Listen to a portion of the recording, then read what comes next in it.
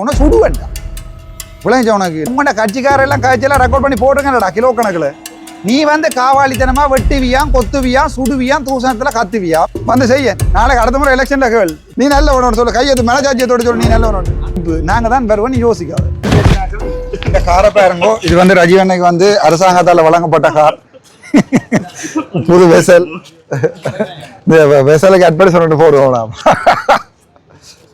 Okay எல்லாரும் சொன்னீங்க காசு அடிச்சு பண்ணி இந்த அந்த வெசல் வண்டி வச்சிருக்குது அதை எடுத்து போட மாட்டானுங்க இந்த ரைஸை தான் எடுத்து போடுவோம் கேளுங்கடா என்ன நன்றி நன்றி ஓகே ஓகே நன்றி சரி தேங்க்யூ ஓகே இன்றைக்கு டிசிசி மீட்டிங் நடந்தது எங்களோட ரஜீவன் அண்ணா வந்து அந்த மீட்டிங் படிவாக நடத்தினவர் வேறு எந்த தமிழ் எம்பி மேரும் வரையில் சில விஷயங்கள் ரஜீவன் எம்பியால் செய்யக்கூடிய விஷயங்கள் வரைக்கும் காய்ச்சினாங்க அதுக்கு மேலே வேறு ஒன்றும் இருக்கையில் இந்த பிரதேசத்தில் வந்து முக்கியமாக இருக்கிற பிரச்சனை வந்து இந்த வனவள திணைக்களம் இந்த தொல்பொருளிய திணைக்களம் மற்றும் இந்த ஆமிக்கார்ட்ட பிரச்சனை கதைக்கப்பட்டிருக்கு இல்லை ஆமிக்காரரோட சிலது டிரான்ஸ்லேட் பண்ணி கதைச்சிருக்கேன் நான் செய்கிறேன்னு சொல்லியிருக்கணும் சில விஷயத்தில் சொல்லி பார்க்கலாம் இல்லாட்டி பாராளுமன்றத்தில் கதைக்கலாம் சிலது வந்து பாராளுமன்றத்தில் ரஜீவன் எம்பியின் கண்ட்ரோலுக்குள்ள இல்லை பாராளுமன்றத்துக்கெலாம் கதைக்கலாம் ஸோ அப்படியான விடயங்கள் வந்து கதைக்கப்பட்டு தீர்மானம் எடுக்கப்பட்டிருக்கிறது சுமூகமாக முடிஞ்சிருக்கு இங்கே கத்தி குழப்பறதுக்கு ஒரு திறமை இருக்கையில் தூசணம் காத்துறதுக்கு ஒரு திறமை இருக்கையில் நீட்டாக முடிஞ்சிருக்கு மீட்டிங் இன்றைய தினம் வந்து தையிட்டி விகாரைக்கு வந்து நயினாதி விகாராதிபதி வந்து சென்று பார்வையிட்டு அது உண்மையில் வந்து சட்டவிரோதமாக கட்டப்பட்டதுன்னு சொல்லி பல தகவல்களை சொல்லியிருக்கிறார் இது தொடர்பாக நீங்கள் என்ன மாதிரி பார்க்குறீங்க சந்தோஷம் எனக்கு அவர் நயினாதி விகார் அவருக்கு விகாராதிபதி இந்த பேர் தெரியல அவரையும் கூட்டி கொண்டு வந்து நாங்கள் அவரோட சேர்ந்து வைப்போம் அவரையும் கூட்டி இது என்னென்னா ஒரு விஷயத்தை வழங்கி கொள்ளுங்க இப்போ எங்களுக்கு தமிழாக்களுக்குள்ள கணக்கு கட்சிகள் இருக்குது தானே சைக்கிள் வீடு ஊசி அப்படி இருக்கிற மாதிரி இவையிட இந்த புத்த மத குருமார்களையும் கணக்கு இருக்குது மல்வத்து இருக்குது அஸ்கிரியா இருக்குது அதுக்கு பிறகு இப்போ இவையிட இந்த தையிட்டி வந்து வேற ஒரு பிரிவு அதுக்கு பிறகு வந்து இப்போ நயனாதிபதி வச்சிருக்கிறார் அவற்றை வேற ஒரு பிரிவு இதுக்குள்ள இவருக்குள்ள குடுமி சண்டை யார் பெருசு யார் சின்னன் யார் பெரிய நாயக தேரர் யார் சின்ன தேரர்ன்ட்டு இப்போ இதுண்டா இவைக்குள்ள ஒரு அடிபாடு மற்றது அந்த தேரர் வந்து இதை பார்த்து சொல்லிக்க இதை உடைக்கணும் இது எப்படி என்றால் சைக்கிளை வீடு உடையன்றதும் வீட்டை எல்லாம் தமிழர் ஆனால் சைக்கிளை பற்றி வீடு கிழிக்கிறது வீட்டை பற்றி இபிடிபி கிழிக்கிறது இபிடிபியை பற்றி அர்ஜுனா கிழிக்கிறது இப்படி அதே மாதிரி ஒரு சின்ன அரசியல் இவர் வந்து பார்த்துட்டு போன உடைக்கிறேன்டா சந்தோஷம் தானே ராசா நாங்களும் வந்து உடைப்பேன் தானே இவரால் ஏதாவது செய்ய சொல்லுங்க அதை சும்மா வந்து இதை உடைக்கணும்னு சொல்லிட்டு போனால் சனம் என்ன உடைக்க போகிறது சம்பந்தமாக சொல்லல அது உடைக்க இல்லாதான் ஓகே ஆனால் அந்த மக்களுக்குரிய மிச்ச காணியை அதானே நான் முதல் நாள் சொல்லி கொண்டிருக்கேன் நான் உடைக்கலான்றதை நானும் உடைக்கல் மாட்டா உடைச்சிப்பேன் சட்ட ரீதியாக உடைக்கல் மாட்டா உடைச்சிருப்பேன் அது உடைக்கலாம் சட்ட ரீதியாக உடைக்கலாம் அப்போ சந்தோஷம் உடைக்கலாண்டு அந்த வியார காணியை விட்டு மிச்ச காணியை விடும் கொண்டு ஒரு வருஷத்துக்கு முன்னே ஜனாதிபதியோடய காய்ச்சிட்டேன் அதுதானே இப்போ விட்டுருக்காங்க அதை நான் சொன்னால் தானடா செய்கிறாங்க அதுக்கு இப்போ வந்து நாங்கள் போய் போராட்டமாக செய்யணும் இன்றைக்கு பின்னர் 4 மணிக்கு போராட்டத்துக்கு கிளப்பி விட்டுருக்கணும் போட்டது நாளைக்கு போய் சைக்கிள் இப்போ ரிம்லையும் ஓடையில் வாழ்க்கட்டையில் ஓடுது நீங்கள் அதுக்கு பிறகு சைக்கிள் எப்படி ஓட மாட்டேன் எனக்கு தெரியாது ஆனால் இதை தானே ராசா சொன்னாங்க தமிழில் தானே சொன்னாங்க அந்த விகாரையை இடிக்க மாட்டாங்கன்ட்டு கேந்திரமே சொல்லி கொண்டிருக்கார் அகற்ற வேணும் உடைக்க வேண்டாம் எனக்கு விளங்கல கேந்திரமே சவலால் தான் இதை தூக்கி கொண்டே வெளியே வைக்கிறது உண்டு இப்போ அகற்ற வேணும் உடைக்க வேண்டாமண்டா என்னடா மீனிங் அதை உடைச்சி தான் அகற்றலாம் அது உடைக்க வேண்டாமா ஆனால் அகற்ற வேணுமான்னு சொல்லிக்கிறேன் எனக்கு அது விளங்கல சரி காணி உரிமைக்கான மக்கள் இயக்க அமைப்புடைய தலைவர் சொல்லி முதலி அவர்கள் அது ஒரு பேட்டி அளித்திருந்தார் அதுக்கு பின்பு நீங்கள் ஒரு வீடியோ வெளியிட்ட நீங்கள் தையிட்டி காணி வந்து ஒருத்தருக்கு தான் உறுதி இருக்குன்னு சொல்லி ஆனால் திரும்பவும் முரளிதரன் என்ன கூறுகிறார்னு சொன்னால் 16 பேருக்கு உறுதி இருப்பதாகவும் நீங்கள் யூடியூப்பில் காணொலி வெளியிடாமல் பகிரங்க விவாதத்திற்கு தான் தயார் கண்ட பெரேசியரா எல்லாம் மீட்டிங் போகல இந்த இதுக்கு போய் எனக்கு ஒரு ஸ்டாண்டர்ட் இருக்குது தானடா நான் ரோட்டில் போகிறோம் எல்லாம் வந்து பகிரங்க விவாதம் விட நான் ஒவ்வொருத்தனோட நின்று வியாஜி உண்டுக்கிறாடா லூஸ் மாதிரி அந்த 4 பேர் ஏற்கனவே உறுதியோட வந்திருக்காங்க பையனா இப்போ இங்கே வா என்னோட உறுதி இருந்தால் நான் என்ன செய்வேன் எந்த காணிக்கில் நீ காலை வச்சுட்டு என்னோட உறுதி இருந்தால் நான் என்ன செய்வேன்னா சுடுவேன்டா விளைஞ்ச உனக்கு நான் எல்லாம் போலீஸ்லாம் சொல்லி கொண்டிருக்க மாட்டேன் முடிஞ்சால் காணியெல்லாம் இருக்குது பெரியவனால வந்திருந்து காணிக்கில் காலை வச்சு பாருங்க உறுதி இருந்தால் கோவம் பெருந்தானே ராசா ஏன் உறுதி இருக்குன்னு வெறுட்டுறது உறுதி இருக்குன்னு வெறுட்டுறது துவக்கி இருக்கிற மாதிரி வெறுட்டுற மாதிரி இல்லை உறுதி இருக்கண்டா சட்டப்படி நடவடிக்கை எடுங்க அல்லது ஜிஎஸ்கிட்ட கொண்டே காட்டுங்க நான் தானே சொன்னேன் நான் ஜிஏட்ட கொண்டே காட்டுங்க ஜிஏட்ட காட்டி ஜிஏ அக்ரி பண்ணி இருக்கிறாரா காணியை விடுறாங்களா வேண்டும் கொண்டு தானே சொல்லியிருக்கேன் நான் எங்கடா சொன்னேன் இவங்கள்ட்ட இவங்க வந்து குளர்றவன் யாரோட உறுதிக்காரன் வேறு யாரோ நான் அதை சொல்லிக்கிறேன் தானே சனத்தின் காணி என்று அது யார் சனத்தின் காணி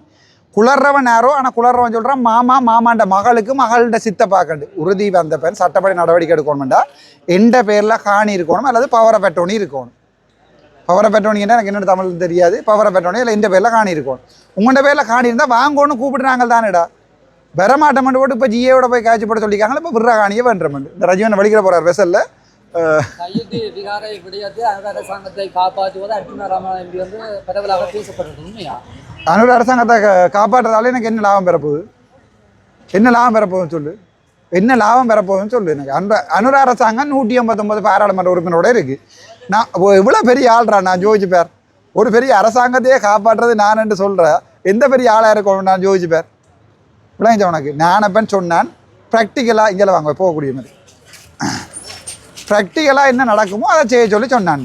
அது அனுர அரசாங்கத்தை காப்பாற்றுறதா இருந்தால் அன்றைக்கு நான் தெளிப்பல வைத்தியசாலையெல்லாம் விட்டுலாடாயிரப்பா இருக்கணும், நீங்கள் கொண்டு மானத்துக்கு எடுங்க, என்ன மத்திக்கு எடுங்கண்டு.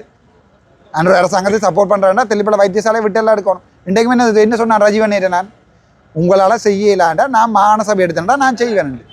விளைஞ்ச உங்களுக்கு அப்படி எனக்கு தேவையில்லை. இப்போ யாரையும் காப்பாற்ற வேணும் மட்டும் தேவையில்லை. ஆனால் நான் சனத்துக்கு ஏதாவது நல்ல செய்யணும்னு நினைக்கிறேன். அர்ச்சனா எம்பி ஒரு வைத்தியர், படித்தொருவர், பண்பானவர்.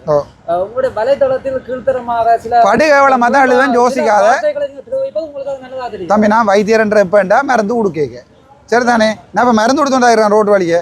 இப்போ காவாலி அரசியலுக்கு நிற்கிறேன் நான். நீ வந்து காவாலித்தனமாக வெட்டுவியாம், கொத்துவியாம், சுடுவியாம், தூசணத்தில் கத்துவியா. ஆனால் நாங்கள் திருப்பி அதே மொழியில் சொன்னால் நீங்கள் வைத்தியர். அது பிரச்சனை. நீங்கள் என்ன தான் கூத்தி கூடனா நாங்கள்லாம் இப்போ நாங்கள் மாலையை போட்டு நிற்குவோம். நீங்கள் வந்து அடிப்பீங்க, நொட்டுவீங்க. நீங்கள் நொட்டினா நாங்களும் நொட்டுவோம், நீங்கள் சுட்டா நாங்களும் சுடுவோம். இப்போலாம் நாங்களும் மேனசர் தான். நீங்கள் பட்ட தூசணத்தில் கோல் பண்ணி கத்துவீங்க, நல்ல வெறியில் கத்துவீங்க. நாங்கள் அதை கேட்டு பேசாமல் இருக்கணும். ஏன்னா நாங்கள் வைத்தியர்கள் மூடிட்டு இருக்கணும். அப்படியா கேளுங்க வேறு ஏதாவது. அடே நீங்கள் உங்களோட கட்சிக்காரெல்லாம் காய்ச்சலாம் ரெக்கார்ட் பண்ணி போட்டுருங்கடா கிலோ கணக்கில். நான் அதையெல்லாம் காய்ச்சி நான் அப்படி தூசணம் நான் காய்ச்சி நானா இல்லையே. நான் கேட்டு கொண்டு வந்து அப்படியா போட்டிருக்கேன். அப்புறம் என்ன பொது வழியில் இதில் நீங்களே ஒருத்தன் கை வைத்து தூசணம் கொட்டாதான். இதில் நிற்கிற ஒருத்தன் கை வைத்துற தூசணம் கொட்டாதான். மாகாண சபை தேர்தலில் முதலமைச்சராக வருவதற்கு வாய்ப்பு இருக்கிறது. ஏன் வாய்ப்பு? நாங்கள் தான் வருவேன்னு யோசிக்காது. ஏன் வாய்ப்பு? உனக்கு ஏன் இந்த வாய்ப்பு? நாங்கள் தான் வருவேன்னு யோசிக்காது. அது என்ன வாய்ப்பு? வாய்ப்பு கொடுக்குறதுக்கு நான் அரசாங்க மாட்டேன். நான் தான் வருவேன்னு யோசிக்காது. உனக்கு அதிலே டவுட்டா? போய் சனத்திட்ட கேள் சொல்லுவாங்க. தற்போது நடைபெற்ற டிசிசி கூட்டத்தில் எல்லோரும் எல்லா சங்கங்களும் தெரிவித்திருந்தார்கள் தங்களுக்கு 2 படகுகள் அன்பளிப்பாக வழங்கப்பட்டிருந்தது. சில சங்கங்கள் அதை குத்தகைக்கு விற்றிருக்கிறது. ஆனால் கடற்தொழிலாளர் சமாசம், ஏற்கனவே சமாசத்தை வந்து சந்தித்திருக்கிறீர்கள். அவர்களோட விடயத்தை தெரிவிக்கவில்லை. தங்களுக்கும் வழங்கப்பட்ட அன்பளிப்பாக வழங்கப்பட்ட படகை தாங்களும் குத்தகைக்கு கொடுத்து விட்டோம் என்ற விடயத்தை அவர்கள் மறைத்திருக்கிறார்கள். நான் தற்போது கூறுகிறேன், சமாசத்திற்கு அந்த நேரத்தின் போது ஆக்களை காப்பாற்றுவதற்கு வழங்கப்பட்ட இது படகை அவர்களும் குத்தகை கொடுத்து விட்டார்கள். 2 மாதங்களுக்கு முன்பு கூறினார்கள் சமாசம் 46 லட்சத்துக்கு மேல் லாபத்தில் இயங்குகிறது என்று சொல்லி. இது ஒரு சரியான விடயம். 100% பிள்ளையான விடயம். சமாசம் நானா நடத்துறேன் இல்லை இந்த மாமா சித்தப்பாவா சமாசம் நடத்துறாங்க? சமாசத்துக்கும் எனக்கு என்ன சம்பந்தம்? சந்திச்சா போல அவங்க செய்யற எல்லாத்துக்கும் நானாடா பதில் சொல்றது. அதுக்கு நான் என்ன இல்லை இல்லை இல்லை எனக்கு தெரியாது. சங்கமோ சமாசமோ ஏதோ ஒன்றை சந்திச்சு நானாடா ராசா அதை கொடுத்துனான். ஏற்கனவே டக்ளஸ் இருக்கையில் அதை கள்ளமாக ஒவ்வொரு கன்றாக்கள் எடுத்து வார காசுகளை 4 போட்டை கொடுத்து போட்டு 8 போட்டன்னு கணக்கு காட்டி அடித்த போட்டுகள் தான் உண்டு. சரியா? 2வது விஷயம், அவங்க விற்றுருக்காங்கன்னு சொல்கிறாங்க. நாங்கள் அவங்கள்ட்ட போய் கேட்டு கொண்டிருக்கிறதா? இல்லை நான் ஏதாவது அரசாங்க அமைச்சராக வழக்கு போடுறதுக்கு இல்லை தானே. எனக்கு கம்ப்ளைண்ட் ஒன்று வந்து இந்த சங்கம் விற்று போட்டு இதில் தண்ணி அடிச்சாண்டு ஒரு ஆள் தமிழில் கம்ப்ளைண்ட் எழுதி தந்து அஃபிடேவிட் சைன் பண்ணினா நான் வழக்கு போடுறேன். ராசா அவ்வளோதான். ஒரு எம்பியால் செய்யலை. சரிதானே. என்னோட இவர் வந்து கதைக்கிறாருன்றதுக்காண்டி அல்லது என்னோட இவர் வந்து கதைக்கிறாருன்ட்டு இவர் இன்னொரு பொம்பளை பிள்ளையோட கதைச்சோன்னு உங்களோட கதைச்சவர் இன்னொரு பொம்பளை பிள்ளையோட கதைக்கிறார். இப்போ நீங்கள் பொறுப்பு கூறியல் மாட்டேன். நான் அவனை போய் லொக் பண்ணி கொடுத்துருக்காடா அவன் அண்டை வேற செம்மறி மாதிரி கேள்வி எடுவோம். நீங்கள் வேறு ஏதாவது கேளுங்க. நான் தம்பி இப்போ டிப்பிக்கல் அரசியல்வாதி தெரியும். நான் தூசணத்திலிருந்து இப்போ சகல விஷயம் என்னால் கதை கேளு. அடே அப்போ நான் வந்து பார்த்தேன் நான் ராசா எல்லாரும் கம்ப்ளைண்ட் பண்ண விஷயத்தை தான் கதைச்சிருக்கிறேன். நான் இதுக்காண்டி நான் போய் அவங்கள முழு பொறுப்படுத்தி இந்த கஸ்டடியில் இடம் வச்சிருக்கேன். இல்லை தானே. பிளவுற யார் தான் நீ நல்லவனா? நீ இல்லையே. ஊரில் இருக்க தேங்காய் முழுக்க களை எடுக்கிறே நீ. பேருந்து இதில் கேமராவதி கூட வந்து நிற்கிறது நீ. சரிதானே. நீ நல்லவனோட சொல்லு. கையெழுத்து மனச்சாட்சியத்தோடு சொல்லு. நீ நல்லவனோடு. அப்போ பிரே என்ன பார்த்து நல்லவனாட்டு கேட்குறாய்? பிரே என்ன சரி வேற கேள்வி. நான் உன்னை தனிப்பட்ட ரீதியில் பேரோன்னு சொல்லாத சும்மா சொல்கிறேன். இங்கே ஒரு தரம் நல்லவனும் இல்லை கட்டவனும் இல்லை. இங்கே முழுக்க களவு எடுக்கிற முழுக்க எங்கள்ட அரசு அதிகாரிகளில் இருந்து கொன்றா கொடுக்குறது எல்லாம் அடிக்கிறது நாங்கள் தான். உளர்றது நாங்கள் தான். என்ன நீ வா வேணா இப்போ வந்து செய்வோம்.